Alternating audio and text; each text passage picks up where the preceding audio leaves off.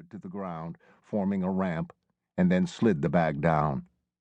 Kneeling beside it, he tugged open the zipper, a long C-shaped zipper edging the top, one side, and the bottom of the rectangular bag, and then folded back the flap.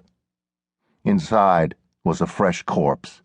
A white male whose abundant wrinkles and sparse white hair seemed to suggest that he'd lived out his allotted 60 years and 10, maybe more. The face appeared peaceful.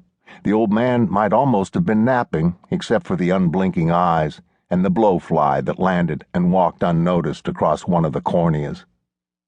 From the back of the truck, Brockton retrieved 2 thin dog tags, each stamped with the number 4912, to signify that the corpse was the 49th body donated to the research facility in the year 2012. With a pair of black zip ties, he fastened one tag to the corpse's left arm and the other to the left ankle, a seemingly insignificant act, yet one that conferred a whole new identity on the man. In his new life, his life as a corpse, a research subject, and a skeletal specimen, the man would have a new identity. His new name, his only name, would be 4912. Upriver, the bells of a downtown church began to toll noon as Brockton lay 4912's hands across his chest. The anthropologist looked up, listening, then smiled slightly. Peering into the vacant eyes of the corpse, he plucked a line of poetry from some dusty corner of memory. "Never send to know for whom the bell tolls," he advised 4912. "It tolls for thee." At that moment, the cell phone on Brockton's belt chimed. "And for me," he added. A Bell Jet Ranger helicopter skimmed low across a wooded ridge and dropped toward a river junction, the confluence where the Holston and the French Broad joined to form the emerald green headwaters of the Tennessee. Beneath the right-hand skid of the chopper, a rusting railroad trestle spanned the narrow mouth of the French Broad.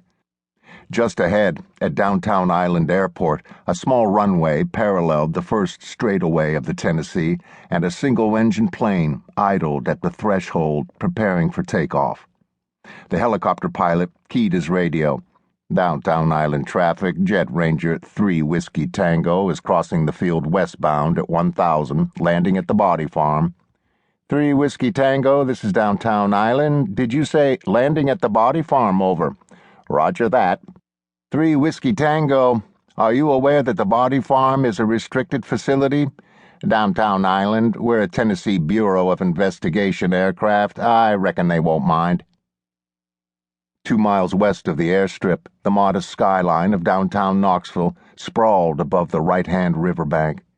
The skyline was defined by 2 25-story office towers built by a pair of brothers who began as bankers and ended as swindlers. A wedge-shaped pyramid of a hotel, Marriott by way of Mayan, a 30-foot orange basketball forever swishing through the 40-foot hoop atop the Women's Basketball Hall of Fame, and a 75-foot globe of golden glass balanced on a 200-foot steel tower like a golf ball on a tee. The Sun Sphere, a relic of a provincial World's Fair orchestrated by the swindling banker brothers in 1982. The epicenter of Knoxville, though, its beating heart, if not its financial or architectural nucleus, lay another mile downriver. The massive oval of Neyland Stadium, home and shrine to the University of Tennessee Volunteers. During home games against the Florida Gators or the Alabama Crimson Tide, the stadium roared and rattled with the fervor of 102,000 rabid fans.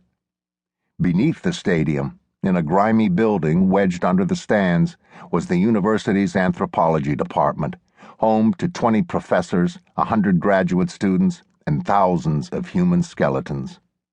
A mile beyond the stadium, the TBI helicopter crossed to the river's hilly, wooded left bank. Easing below the treetops, it touched down just outside the fence of the Body Farm. Brockton emerged from the research facility's entrance, fighting the blast of the rotor wash. He wrestled the wooden gate into place and locked it, followed by the outer fence. Then he ducked under the spinning blades and clambered into the cockpit. As he swung the door shut, the